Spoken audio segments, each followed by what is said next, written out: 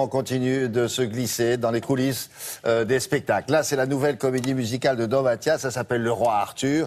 Et on va vous offrir avec un aperçu avant les premières représentations au Palais des Congrès de Paris. Regardez.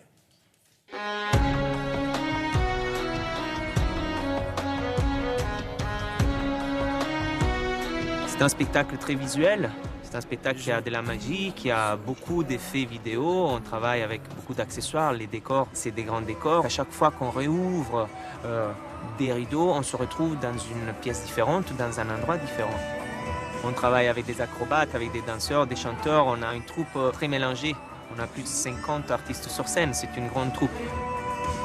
On a travaillé pendant 6 mois le théâtre, la comédie. J'ai eu une vraie préparation physique et sportive, comme si je me préparais dans un film hollywoodien. C'est ce que le metteur en scène m'avait demandé de faire. Donc j'ai perdu 10 kilos, quelque chose comme ça. J'ai travaillé très dur. Et puis, arrivé aux répétitions, il a fallu se mettre dans la peau de ce personnage. Ça reste quand même une légende. Qui serait aujourd'hui Arthur si on devait l'avoir, voilà, chef d'un État ou quoi que ce soit? J'essaye aussi de la rendre actuelle dans leur façon de s'exprimer et d'agir face à certains dilemmes qui sont toujours les mêmes. Le temps passe, les années passent, mais on vit toujours les mêmes choses. Qui n'a pas vécu un amour voilà, interdit? Je suis arrivée sur cette aventure un peu de manière magique grâce à Dovatia. Au début, qui m'avait approché pour co-composer avec lui les musiques du Roi Arthur. C'est justement en apprenant à se connaître que, apparemment, il aurait vu en moi son personnage de la fée Morgane. On a eu un maître d'armes pendant toute l'année. On a travaillé des combats d'épée sur lesquels on s'éclate parce que c'est physique, c'est beau. Mais il y a des scènes d'émotions très fortes. Elles donnent beaucoup le trac, mais aussi beaucoup d'envie. Et si on réussit ces scènes-là, c'est énormément de plaisir qu'on prend à jouer. On est à plus de 400 costumes.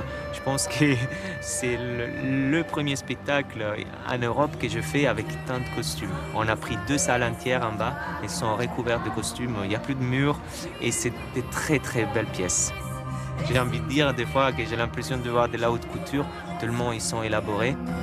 Quand j'ai découvert les costumes, j'ai pleuré parce que c'est un rêve de gamine, c'est des robes de princesse. Et celle-ci, c'est une de mes préférées, une de mes favorites. Le dos nu, la traîne. Frédéric Olivier, le créateur, il est fantastique, il est tellement doué. Et ça, on peut lui montrer les deux propositions. Au-delà de ça, c'est un amour, c'est une personne formidable.